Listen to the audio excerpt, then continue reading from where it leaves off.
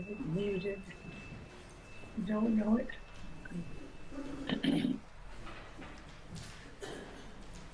Good morning. Good morning. I'm Susie Keys, member of your parish committee.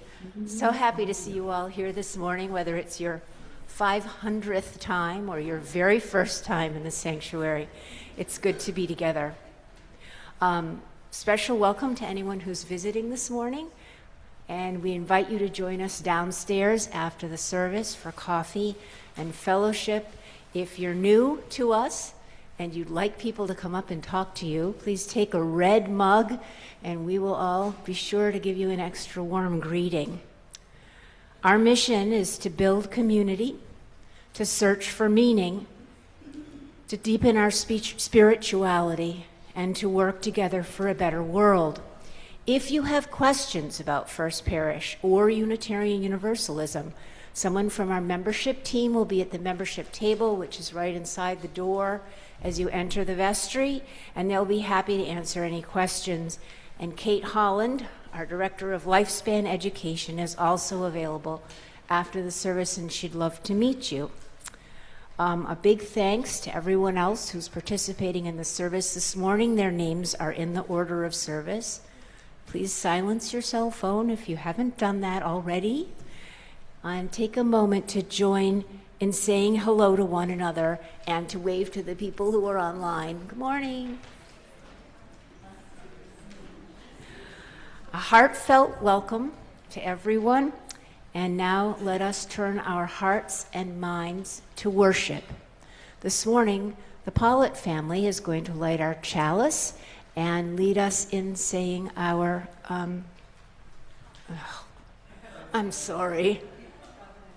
covenant together. You can tell it was my first time.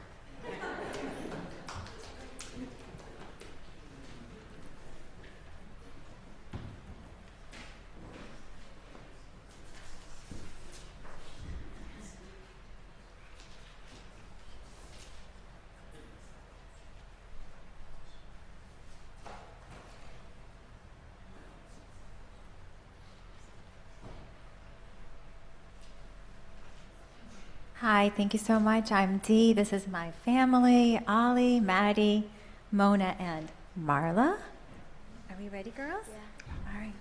So with open minds and loving hearts, we gather to search for meaning, to care for one another, and to work together for a better world.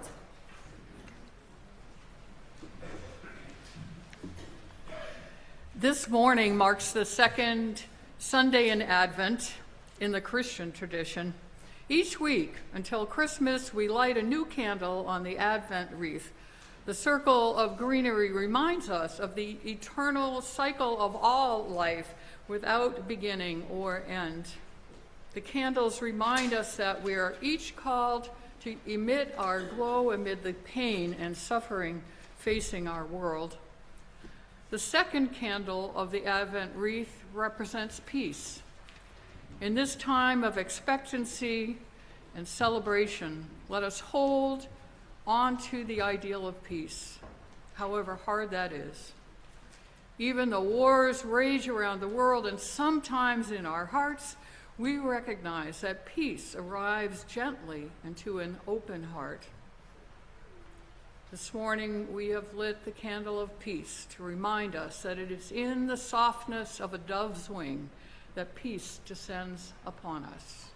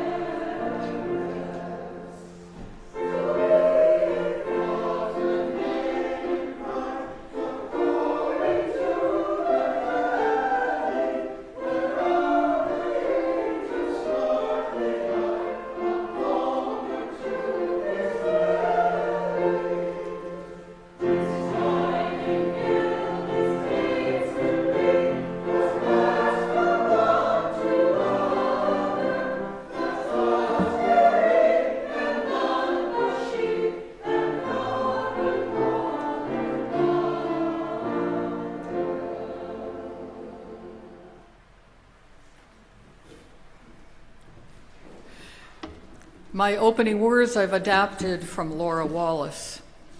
As frozen earth holds a determined seed, this sacred space holds our weariness, our worry, our laughter, and our celebration. Let us bring seed and soul into the light of thought, the warmth of community, and the hope of love. Let us see together. Let us hear together. Let us love together. Let us worship together. Please rise as you are able and willing and join together in singing the classic Advent hymn, O Come, Emmanuel. It's number 225 in your gray hymnal.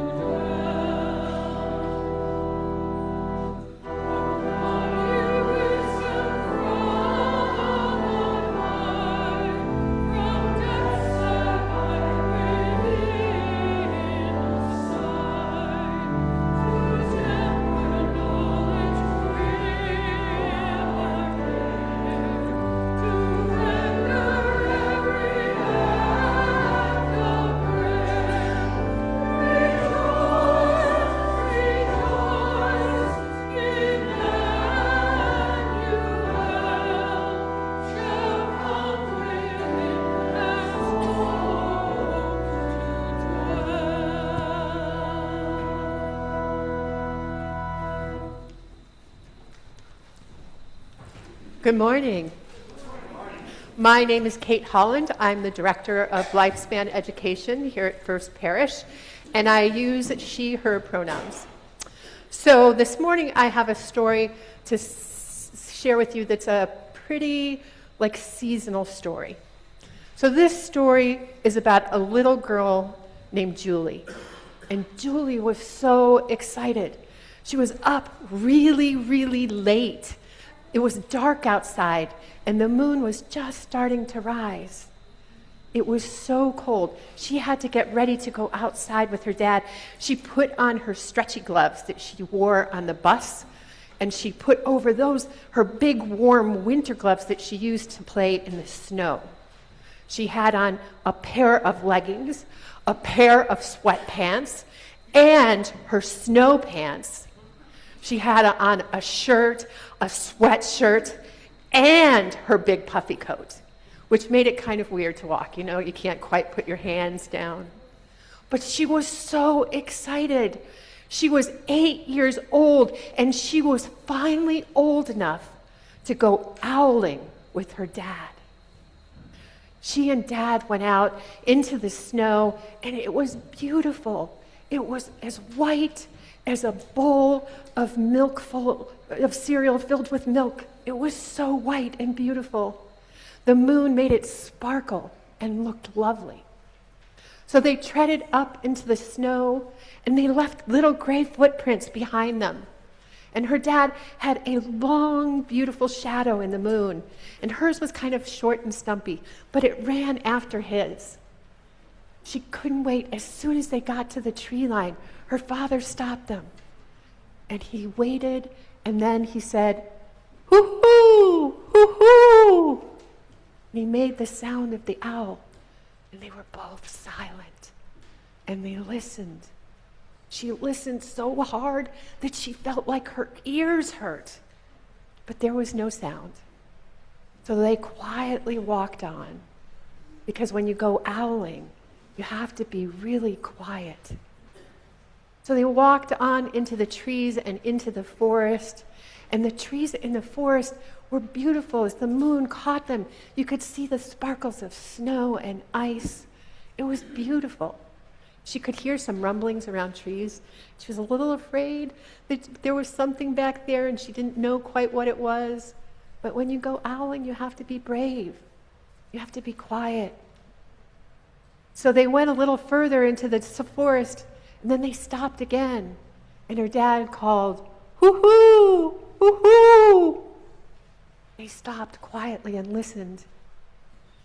And as her dad was about to say the call again, in the distance they heard, "Hoo-hoo, hoo-hoo." They were so quiet and still, and they waited. And her father called again, "Hoo-hoo, hoo-hoo." And they heard coming back just a little closer, "Hoo-hoo, hoo-hoo."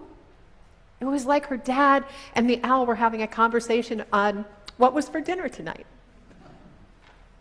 It was so great. And they waited and waited. Because when you are owling, you have to be patient. Slowly they heard a tree rustle. And they looked up, and they could see a shape coming towards them, towards the trees they were near. And they saw a great horned owl land on the branch. Her father brought up the flashlight so they could get a better look, and they felt like for 3 years they stared at each other, her and the owl, and it was so wonderful. She was so excited, and eventually the owl took flight again and went back out into the dark. They both were kind of quiet still, and they walked home in the quiet. When her brothers finally saw her, they were like, "Did you see an owl?" And she said, yes, I saw an owl. And then they told her how lucky she was, because they had to wait 3 or 4 times going with Dad to see an owl. Because when you went owling, you had to be patient, because sometimes there was an owl and sometimes there wasn't. So I love this story. I love the idea of winter in this story, because it feels to me like that waiting. Winter always feels to me like a season of waiting, because the trees are waiting for spring to just pop back in. The birds are waiting somewhere more warm. And it's just a beautiful time. Even the holidays around this time are about waiting. So I think I wanted to share this story so we could all take a breath and take in that moment of waiting. And while sometimes it's very hard to wait, there's a beauty in waiting too. And so I hope we can appreciate that. So I'm going to invite my friends who are here for Seek class to go downstairs. And, a public service announcement. I think I have 2 gingerbread houses left from Friday night. And if you would like to buy one, they are down on the table in the vestry, and there's instructions on how to do that. So let's go, and Polly and the choir are going to sing us on out. Do you want to come, Maddie?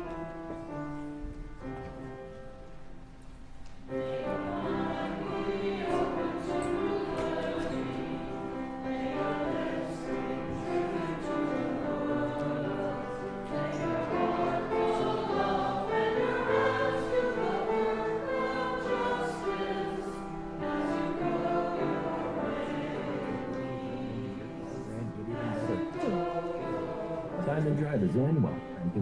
Lisa New.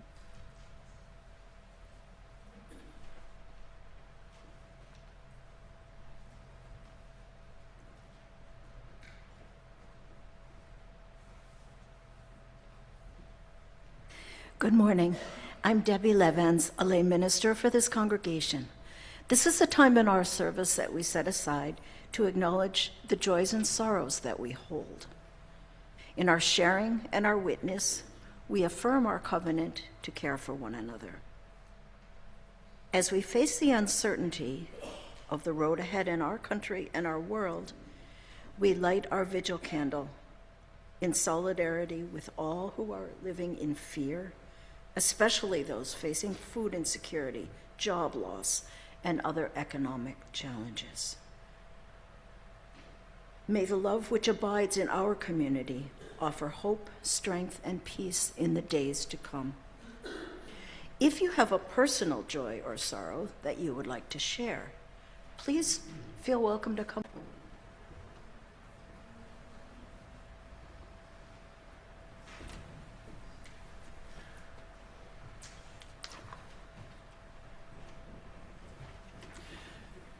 Please join with me in the spirit of prayer and meditation.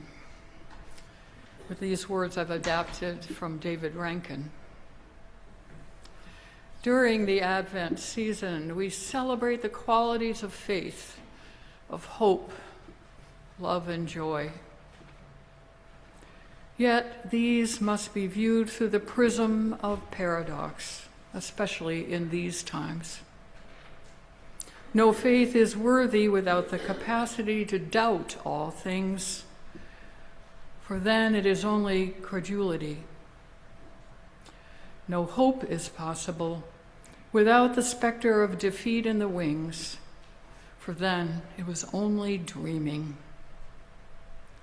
No love is strong without the dread of loss in the heart, for then it is only passion.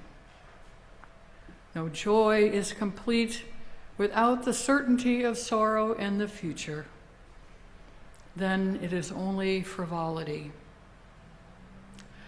Thus, it is wrong to mislead people with simplistic notions, for they distract from the fullness of life. After all, the seas have storms, the clouds have lightning, and the roses have thorns forever. Amen.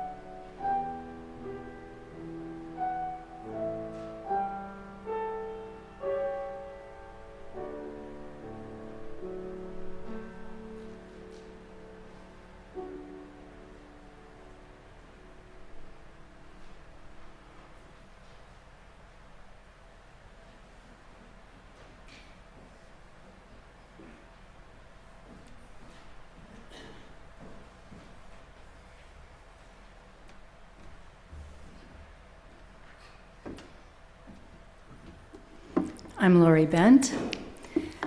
I'm going to read a poem by Sylvia Plath, Black Rook in Rainy Weather. And just to remind you, the rook she's talking about is a large black bird in the crow family. On the stiff twig up there hunches a wet black rook, arranging and rearranging its feathers in the rain. I do not expect a miracle or an accident to set the sight on fire in my eye, nor seek any more in the desultory weather some design, but let spotted leaves fall as they fall, without ceremony or portent. Although I admit I desire occasionally some backtalk from the mute sky, I can't honestly complain. A certain minor light may still leap incandescent out of the kitchen table or chair, as if a celestial burning took possession of the most obtuse objects now and then, thus hallowing an interval otherwise inconsequent by bestowing largesse, honor, one might say, love.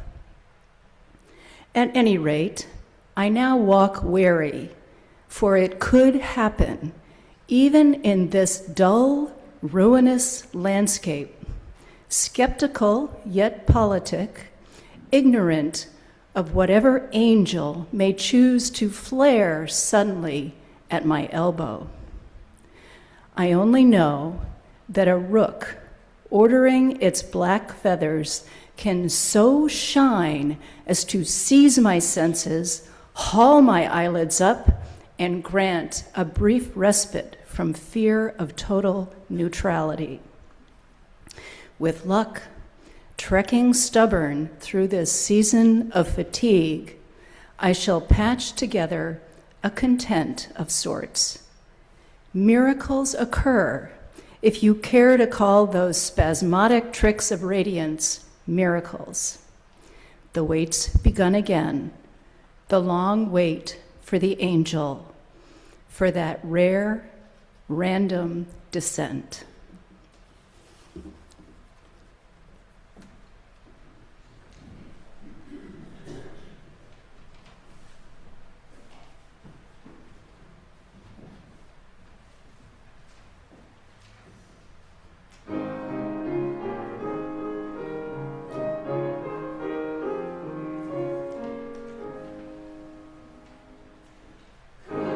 Manchester,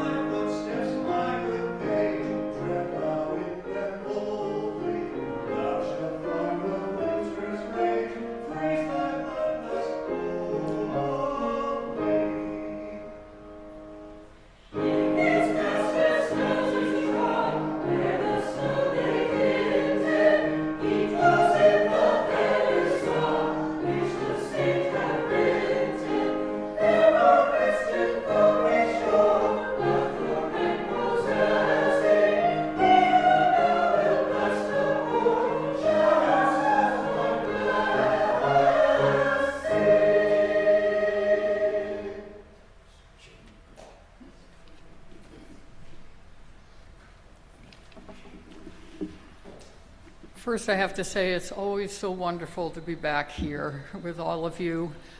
For those of you who don't know me, I'm the Reverend Maddie Sifantus. I became a minister in this church. I was ordained in this church. I was affiliate community minister in this church for many years until I moved to Santa Paula, California, where I have to say it's a lot warmer right now than it is here. So it's wonderful to be back here and hear the choir and all of those things.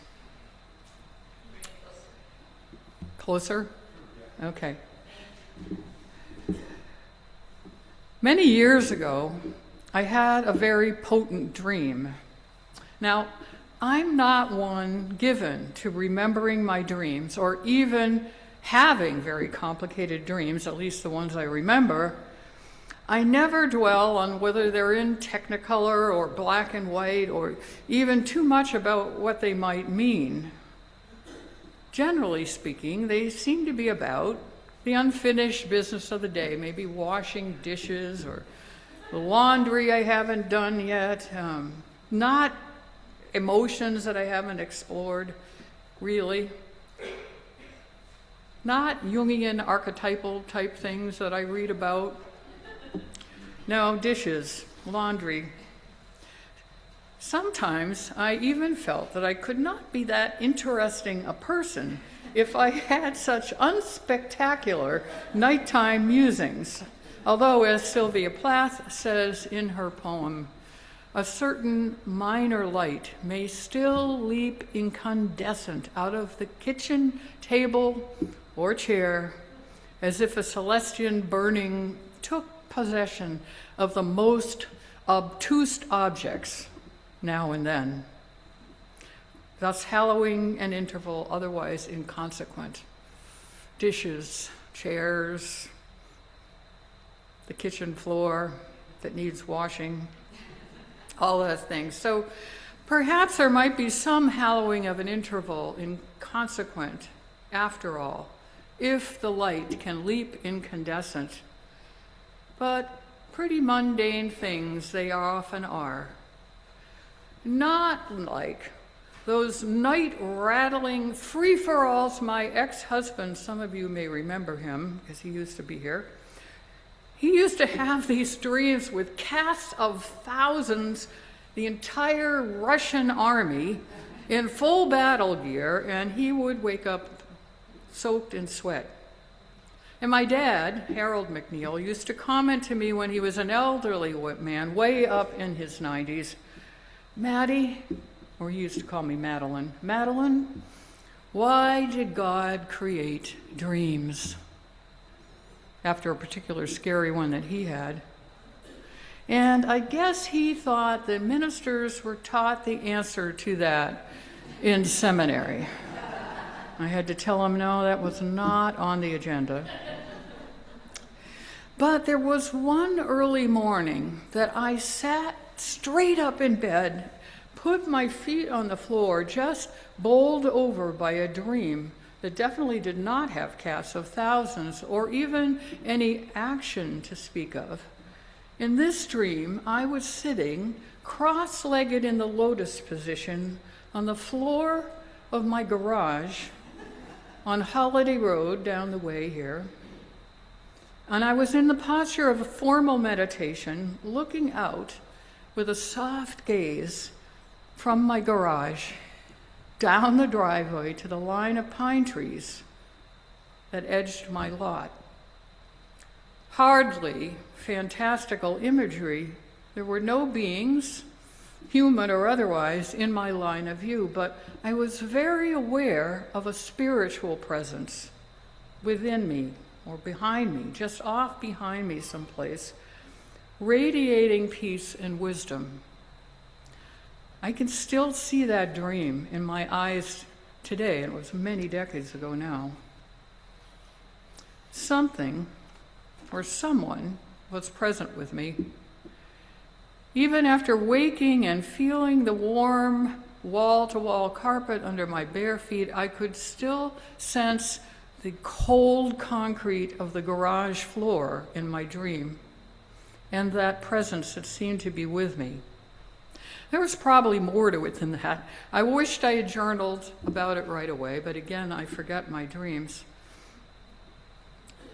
I don't remember them much past my awakening. Now, I know you can get the skill of remembering them.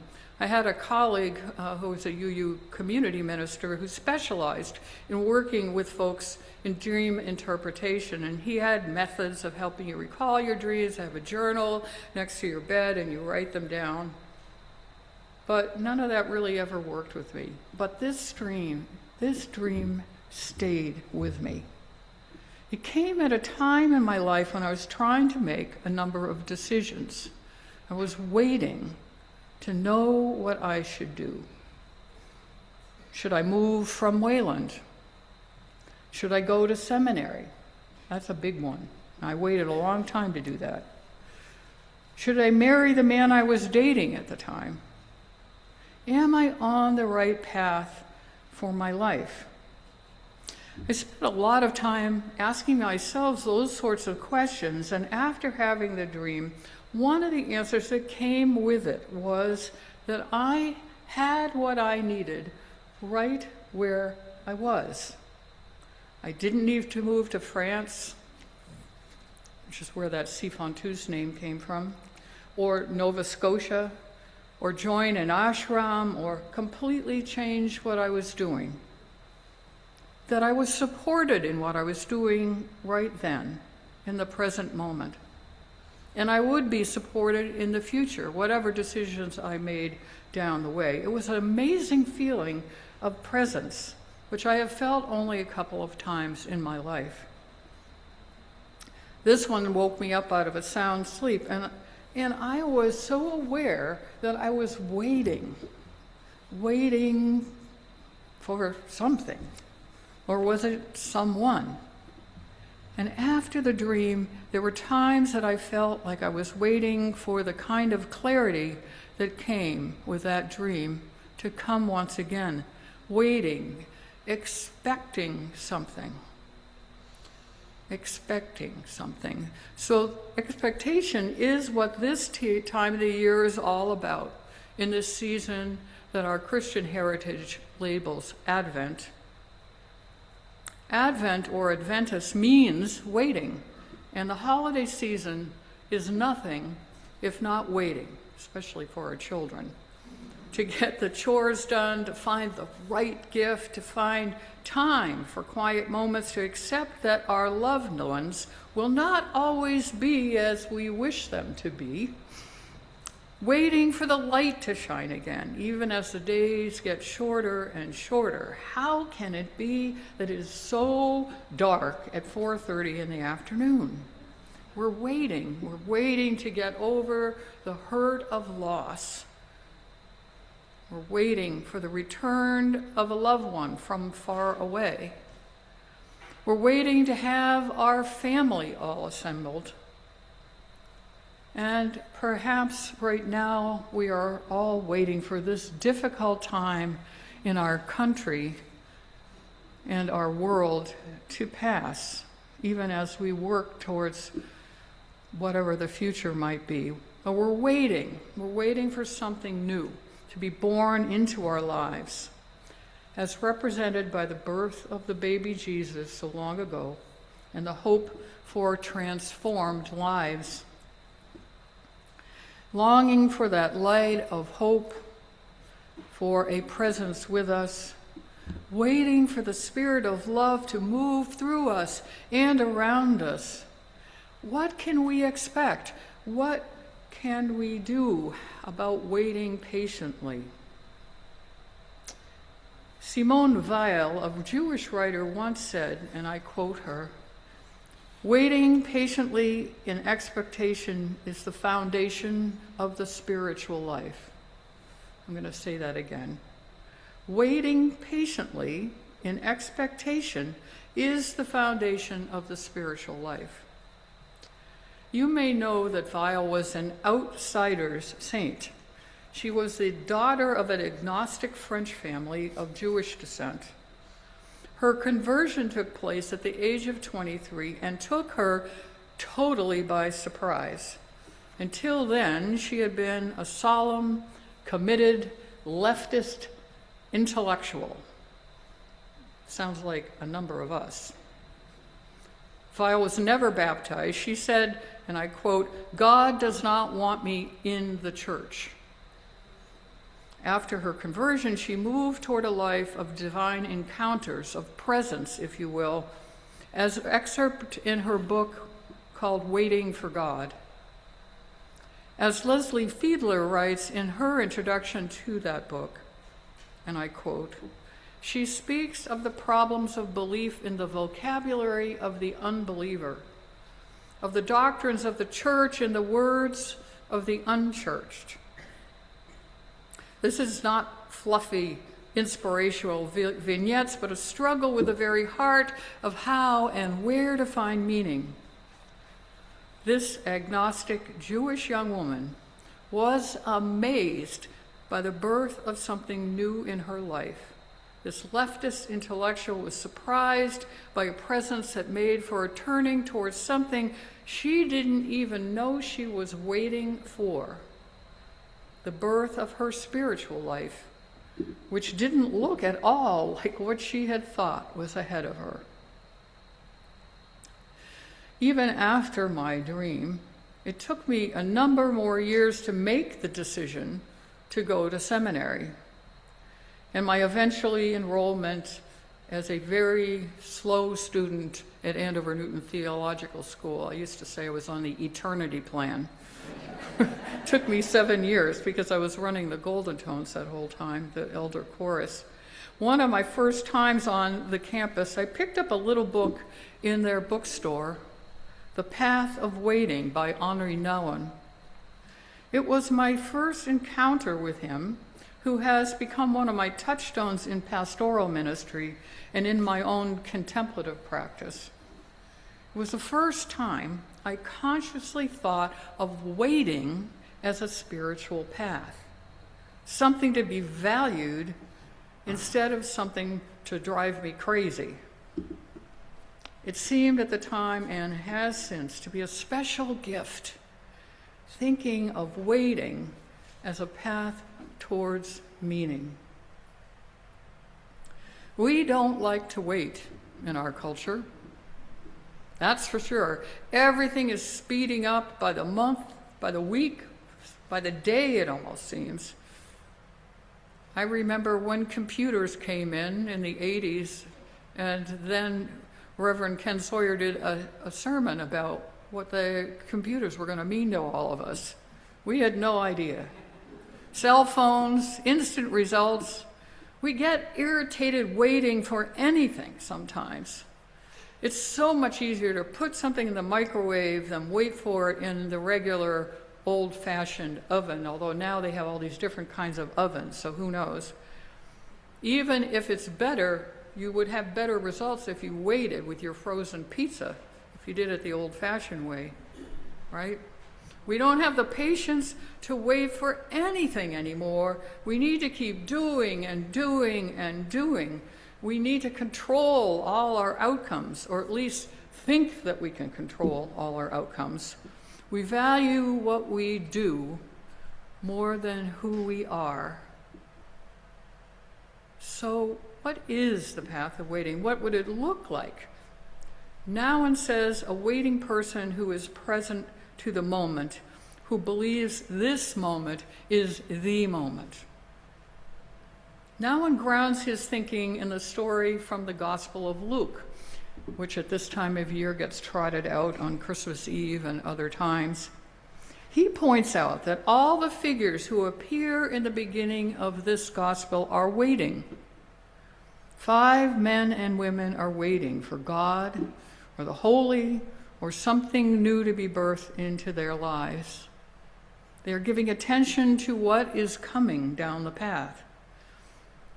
And he believes that the story of Jesus' death also reveals a God who's waiting for our response in this story. What the experience or the presence of the holy in our lives calls us to be, not necessarily to do, although it may call us to do things in our activism. In his little book, Nouwen tells of being invited to visit a friend who was very sick.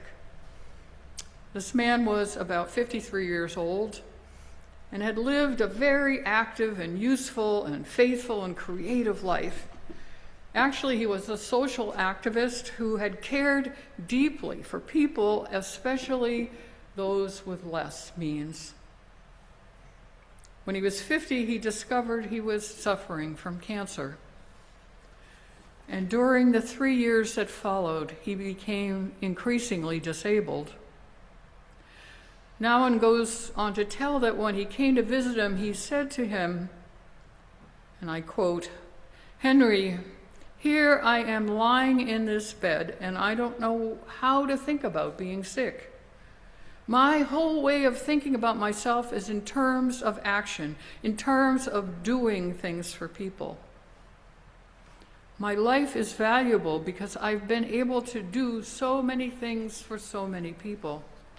And suddenly, here I am passive and I can't think, do anything anymore.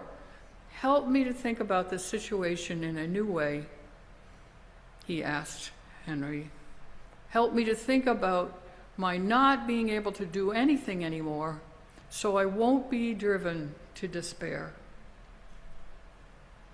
Help me to understand what it means that now all sorts of people are doing things to me over which I have no control." End quote. I suspect that a number of you have had the experiences of waiting that Nouwen's friend had. Waiting for a diagnosis, waiting for test results, waiting for a lengthy series of physical therapy treatments to see how much you will be able to do after an accident or an operation. Waiting to ask the question, as the friend did, how much can I still do? And in the friend's case, Nouwen said, somehow my friend had learned to think about himself as a man who was worth what he was doing, and so when he got sick, his hopes seemed to rest on the idea he might get better and return to what he had been doing. Many of us have had the experience of that kind of waiting, and we have also been with folks who have had to wait when there was no hope of getting better, where instead of taking action, the waiting was going inside and handing oneself over to being the recipient of other people's action. So what of us, Unitarian Universalists, at this time of year, when we too are waiting, and for what exactly? The celebration of the birth of the infant Jesus over 2,000 years ago? The marking of the winter solstice? To light all the candles on the menorah with Jewish friends and family in a little more than a week?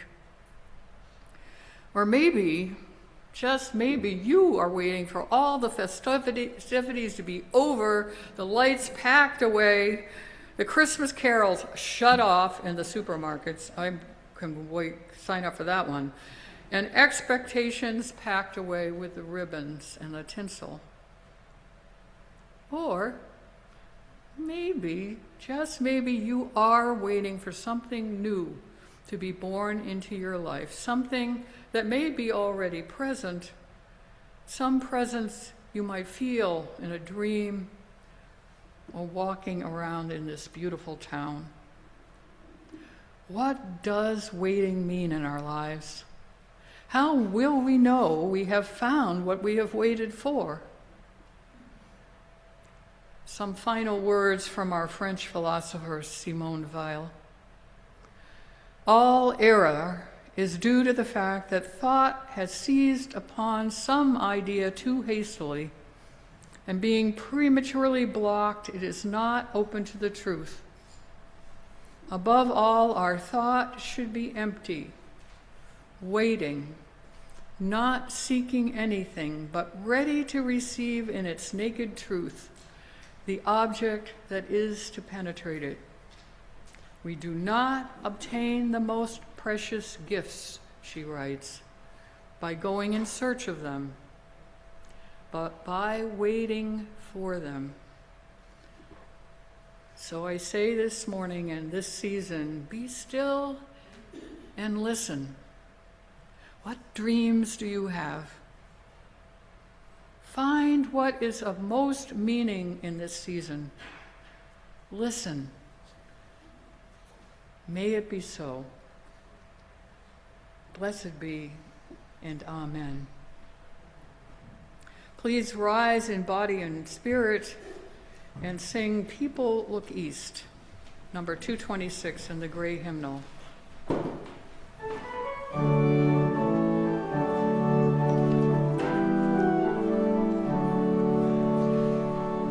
People look east, the end is here, all the time of the year. In our hands, our hand, and the day.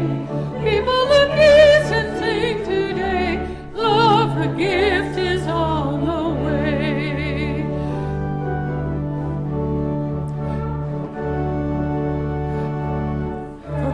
God, oh, the end is here, one more blade is planted there. Give up your strength and seed and nourish, that in the course a flower may furr. People look east and sing today, love, the gift is on the way. But keep the watch when night is here, one more light that's also clear, shining beyond the frosty weather, bright as sun and moon together. People look east and sing today, love, the star is on the way.